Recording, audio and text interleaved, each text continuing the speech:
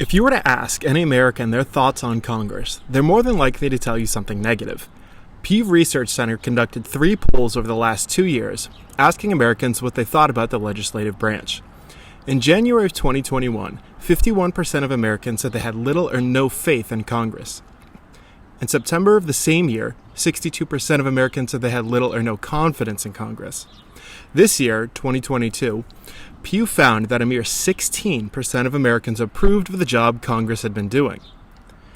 Americans have a lot of reasons for their lack of approval in Congress. Some believe Congress is too old, corrupt, or that they aren't able to do anything. As far as Congress goes, the reason that they aren't able to pass many laws is because, quite simply, they're not supposed to. Today, we go over why it's so hard for Congress to pass laws in the United States. The first reason is because of the Constitution. Now, the Constitution of the United States begins with an introduction and a description of Congress. By beginning with Congress, the framers and founders implicitly state the importance of the branch. It's meant to represent the bedrock of the United States, which is the people and the states. As such, being the most important branch, because of the representation it gave the American people and the states, the framers and founders made clear what Congress is meant to be, and the powers it has. First, Congress's job is to write, debate, and pass laws, as is the job of any legislative branch. But those debates are to take place within 2 chambers. First is the House of Representatives, that represent the people, and the Senate, which is meant to represent the states in the Union. In order for a bill to become a law, it must pass both the House and Senate, which is easier said than done. Bills go through a rigorous process and debate in both the House and Senate, dulling their sharp edges and making them more tolerable for the politicians who work in Congress. If the politicians can't agree what goes into the bill, then essentially it dies before it can ever be passed. If politicians do agree on the bill, which does happen every now and again, it goes to the president for their agreement or a veto, which is another method to kill the bill. The Supreme Court also gets a say if the law is legislatively and legally challenged. There's a lot that goes into passing a bill, but School of Rock really does an amazing job describing that process. If you're interested in reading about it, go to Article 1, Section 8 in the Constitution. Second, Congress can only write bills on certain things. The founders and framers made a specific list of topics that Congress can legislate on. Article 1, Section 8 explicitly lists the powers of Congress. These topics range from establishing post office, to writing immigration and naturalization laws, maintaining the armed forces of the U.S., and the most notorious ability of Congress, specifically the House, raising revenue through taxes. Also important to note is that the Senate and House have powers specifically reserved for them.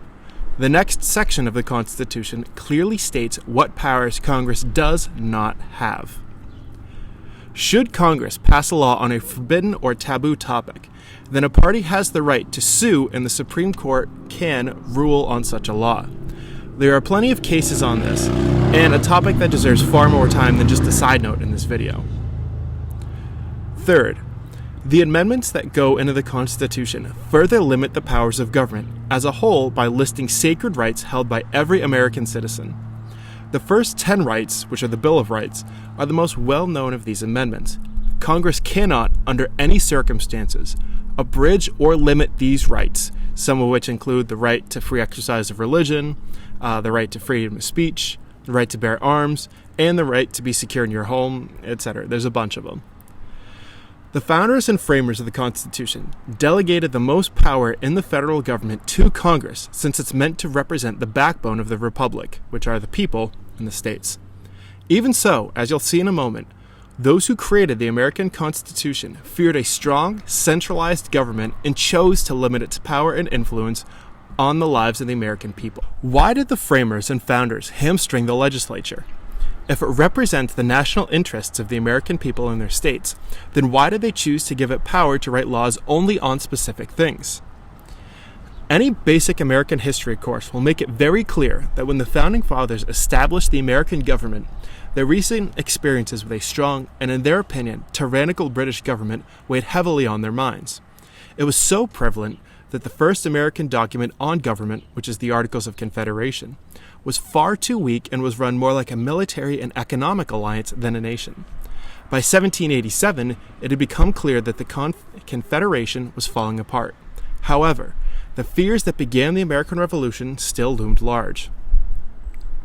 During the years in which the Constitution was written and debated, members of the revolutionary generation spoke clearly in their distrust of this new government.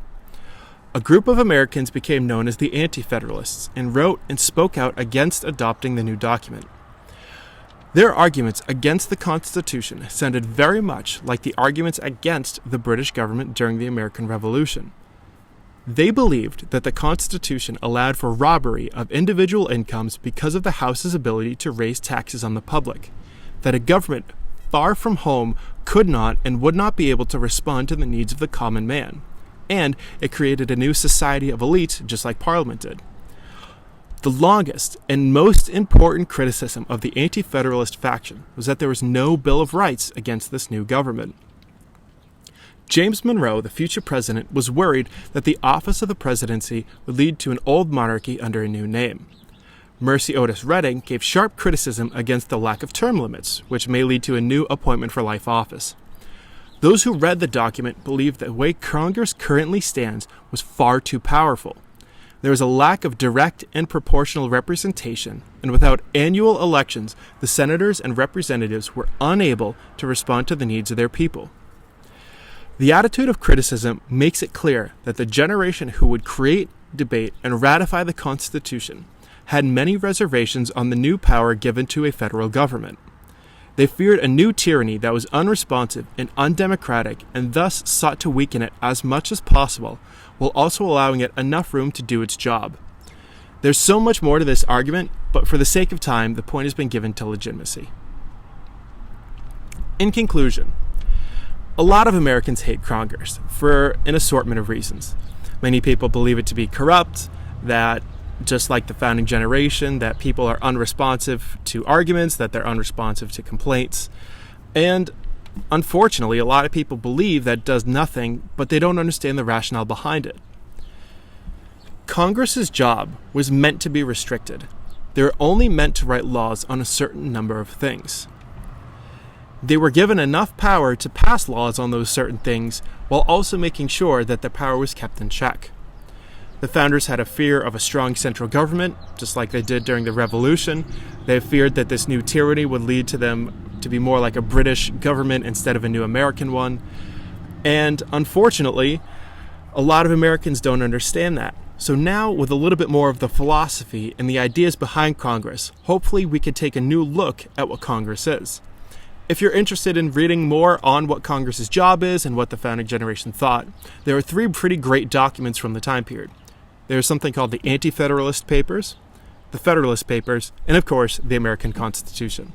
So hopefully this video has been a little bit more enlightening, helped you learn a little bit more about Congress, and you'll take a new interest in what the job is. So thanks for joining, and I'll see you next time.